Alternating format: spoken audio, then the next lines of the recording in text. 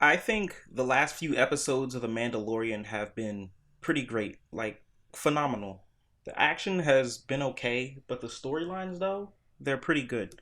This is another one of those videos where I just talk about The Mandalorian with minimal editing. So I hope you enjoy it.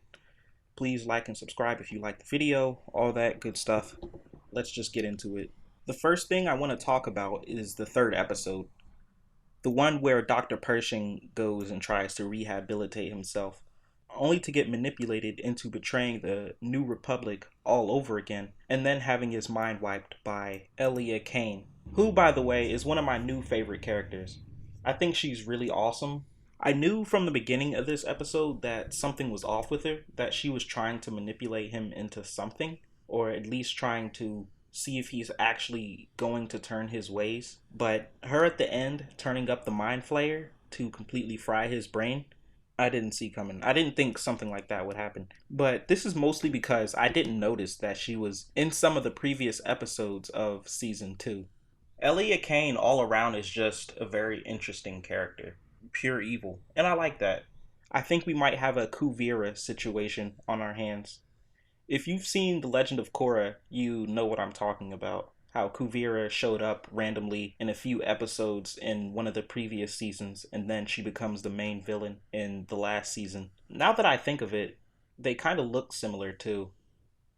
Hmm. I guess all she needs is a mole. I like seeing all the other parts that go into the Empire and Star Wars life in general, and not just, the space battles or blasters and lightsabers, people doing badass shit. I like the politics a little bit, not like in the prequels where it's so much that it overwhelms the entire movie, especially the first two. But a little politics and a little intrigue is good. In episode 4, we got to see basically the return of Jar Jar Binks.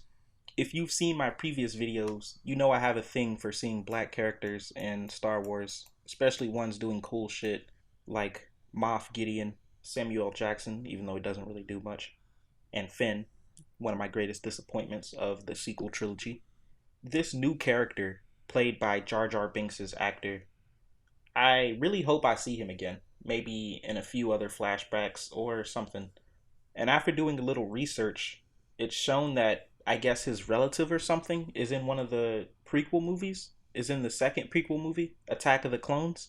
I'm pretty sure something like this would probably get retconned into being actually him undercover or something like that, which I would be okay with, honestly. The main plot in this episode, though, is kind of lackluster. The Mandalorians get cucked by another monster, which, if these guys are such killers, I don't get why this sort of thing keeps happening. But it explains why they're so eager to move into somewhere else in the fifth episode. The fifth episode was really good, in my opinion. I'm really starting to like this rebel fighter that showed up in one of the previous season 2 episodes. He knows something's up with Moff Gideon, and he's actually trying to figure it out before the problem grows worse into the First Order, which is where I'm sure this is going. Because there's no way they're not leading into the First Order. These people that are saying, oh, The Mandalorian and all these new Star Wars shows, they're gonna retcon the sequel trilogy. I highly doubt that's gonna happen.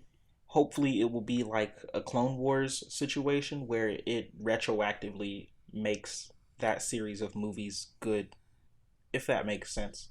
I like how Grief Karga is respected. I've heard here and there that a lot of fans don't really like him, which I don't fully get.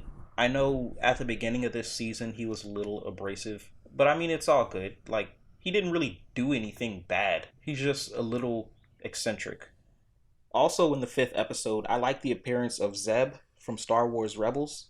I don't talk about this much, but Star Wars Rebels is probably my favorite Star Wars TV show, or one of my favorite pieces of Star Wars media, period. I think it's that good. It's, in my opinion, better than the Clone Wars. Hands down. Like, without a doubt, better than the Clone Wars.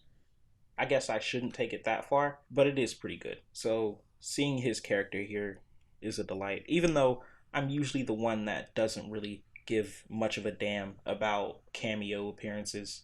And I know this is probably setting up the new Ahsoka series, The main plot of this episode, though, is the Mandalorians trying to take back Grief Karga's planet from some space pirates that aren't Hondo Onaga. This Kale monster, I mean, he's pretty fun. I kind of like his design. The pirate kind of has an early One Piece feel to him. I'm a huge One Piece fan, by the way. That's probably my other big thing aside from Star Wars.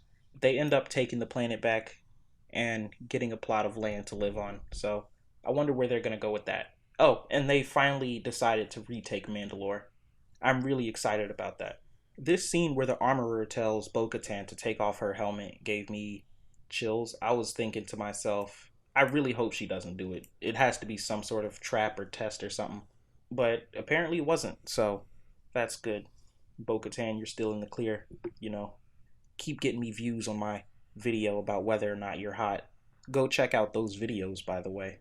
That's pretty much it for this video. I've really been liking season 3 so far, and I really hope you've been liking it too, dear viewer. Please leave what you think about it in the comments. Where do you think this is going to go for the last few episodes? I heard viewership numbers were down for this season, which I don't get. I think a lot of parts about it are kind of better than the first season, but I figure people might just be burnt out on Star Wars or The Mandalorian in general. You know, only the die-hard fans are still watching at this point, which is good. Well, it's not good for them, but you know what I mean. It's good for the fandom that people are still liking and enjoying the show. But yeah, that's it. I'll talk to you later. See ya.